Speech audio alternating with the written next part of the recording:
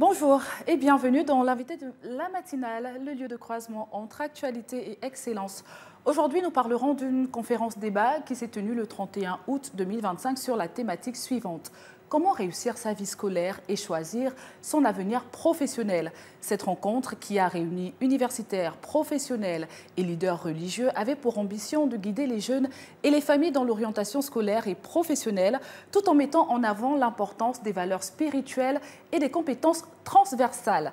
Avec notre invité, nous allons comprendre le but d'une telle initiative, quels enseignements ont été tirés de cette édition et comment le Secours d'urgence islamique du Gabon compte accompagner les générations futures. Recevons à cet effet Zeynab Abdou, la directrice générale du Secours d'urgence islamique du Gabon, SUIGA, et panéliste également de cette conférence. Bonjour et bienvenue. Bonjour madame. Merci d'avoir accepté notre invitation. C'est moi qui vous remercie. Alors, sur ce plateau, j'ai reçu dernièrement un de vos collaborateurs pour le concours de mémorisation et de récitation du Noble Coran. Dites-nous comment s'est passé ce concours. Alors, ce concours s'est très bien passé. On a donné les prix à nos différents finalistes. Et comme vous avez dit, on avait 5 différentes catégories et on a récompensé 5 personnes par catégorie. Et les personnes qui n'ont pas emporté ce concours ont reçu quand même un souvenir de ce concours. C'est important. Et je pense qu'au sortir de là, ça a encouragé beaucoup de jeunes à vouloir s'inscrire pour l'édition de l'année prochaine, Très si Dieu bien. le veut, et nous susciter en certains, comme moi, la reprise de la mémorisation du Coran. Très bien, donc on en parlera peut-être prochainement. Okay. Alors Zeynab Abdou, le SUIGA, qui est le Secours d'urgence islamique du Gabon, a organisé une conférence débat autour de la vie scolaire et l'avenir professionnel. Donc nous allons revenir sur certains panels pour pouvoir conseiller les élèves ou les étudiants qui nous regardent en ce moment. Donc d'entrée de jeu, dites-nous quelle est la place de la dimension spirituelle dans la préparation scolaire et l'orientation professionnelle. Est-ce que la spiritualité favorise la réussite scolaire? Oui, la spiritualité favorise la réussite scolaire. Je pense que lors du dernier passage de M. Pombo, il a expliqué si, par exemple, un élève réussit à mémoriser le Coran, c'est-à-dire qui contient 114 chapitres et plus de 600 pages, les études mémoriser par exemple les mathématiques ou autre chose, c'est rien. Mais la spiritualité est là pour nous guider, pour nous montrer le chemin, voilà, le chemin sur lequel et ça a un doit... impact sur la... Bien sûr, parce qu'on ne peut pas se jeter comme ça. On doit toujours avoir les règles, il y a les interdits, il y a tout ce qui est permis. Et ça nous aide aussi dans la vie quotidienne, pas seulement dans la réussite scolaire. Très bien. Et donc, quels étaient les objectifs de cette conférence? Bon, les objectifs de cette conférence, c'est d'accompagner nos jeunes frères à réussir leur année scolaire, leur vie scolaire et faire les meilleurs choix professionnels.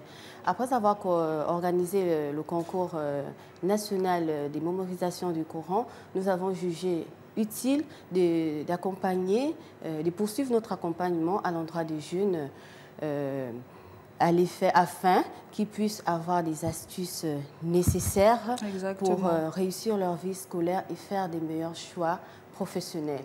Donc, c'est vraiment les orienter comme nous pouvons, par expérience, pour la plupart ne pas commettre les mêmes erreurs que nous.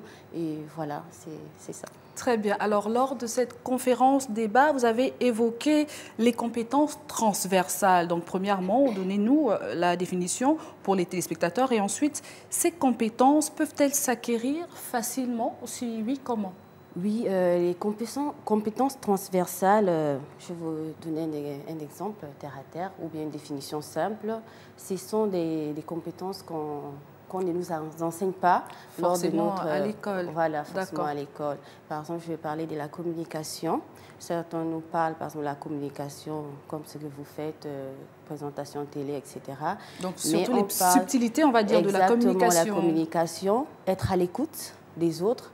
Le travail d'équipe, ça fait partie des compétences transversales. Ce sont des compétences, on va dire, complémentaires qui vont nous accompagner dans notre vie professionnelle surtout. Et quels sont des exemples de compétences transversales que vous pouvez citer et qui sont importants, on va dire, pour la réussite scolaire?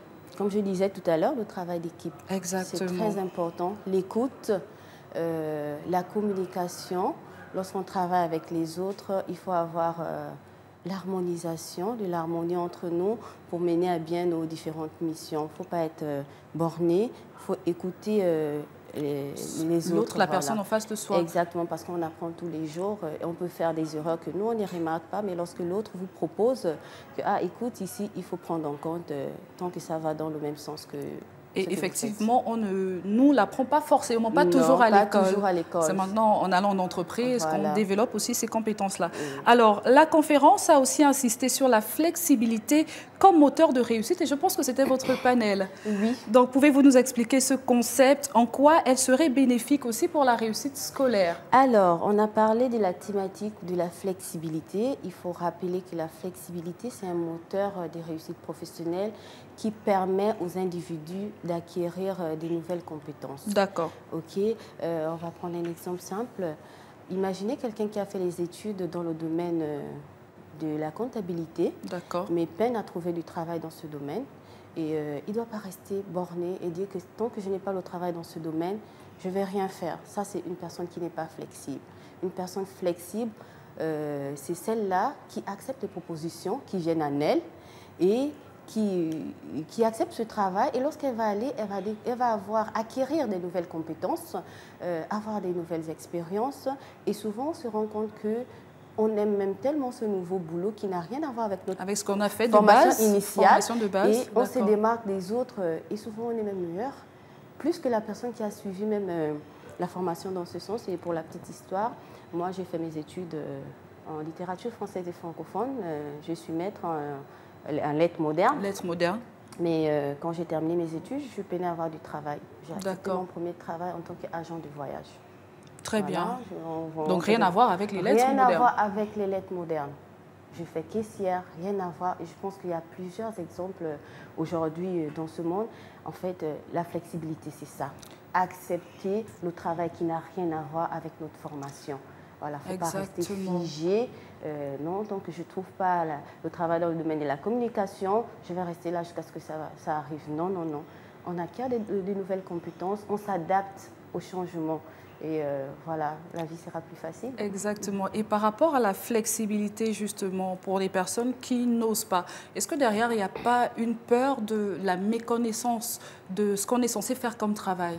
Oui, ça aussi. Il y a cette peur, c'est pas faux. Mais vous savez, lorsque vous déposez un CV quelque part, le recruteur regarde bien la formation que vous avez faite.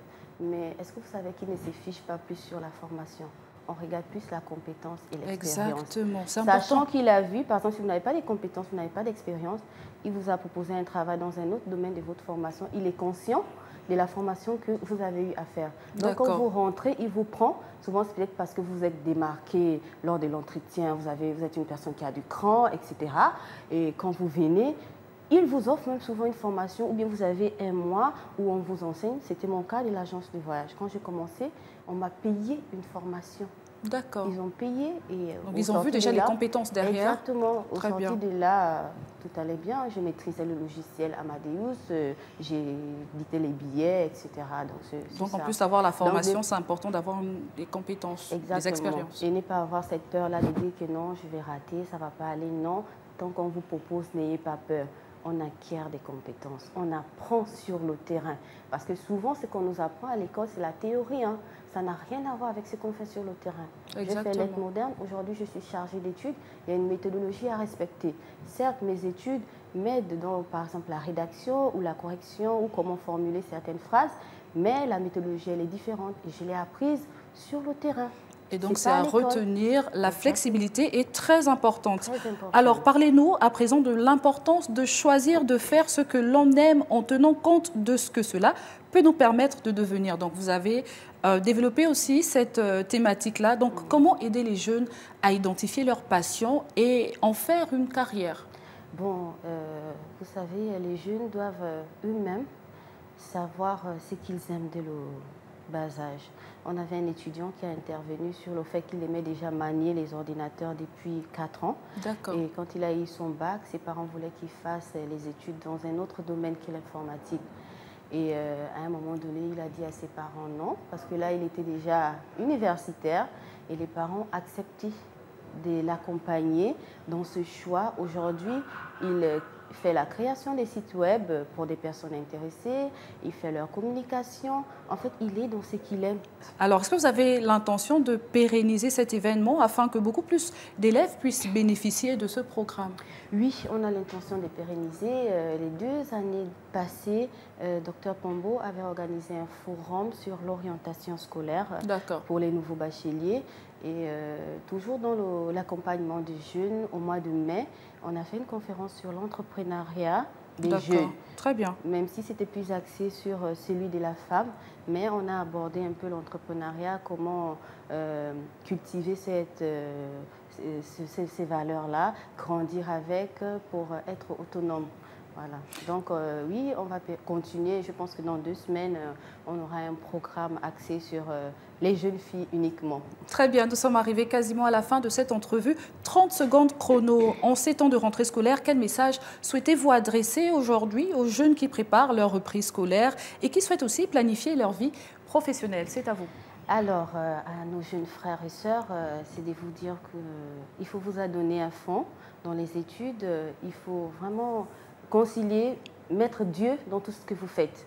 Et pour des personnes qui cherchent, qui vont faire la formation professionnelle, choisissez ce que vous aimez et ce qui est accessible et qui va avec les réalités de nos jours.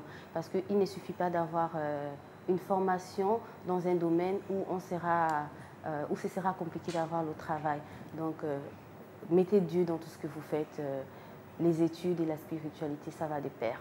Merci beaucoup Zeynab Abdou. Donc je rappelle pour les téléspectateurs que vous êtes la directrice générale de Secours d'urgence islamique du Gabon, donc SUIGA, et panéliste. Et donc merci d'avoir partagé la vision du SUIGA sur la réussite scolaire et professionnelle. Donc puisse cette initiative inspirer d'autres projets et aider chaque enfant à trouver son chemin, on va dire, vers l'excellence et l'épanouissement. Merci beaucoup. Merci à vous de nous avoir invités. Merci à vous également de nous avoir suivis. C'était un plaisir de vous servir.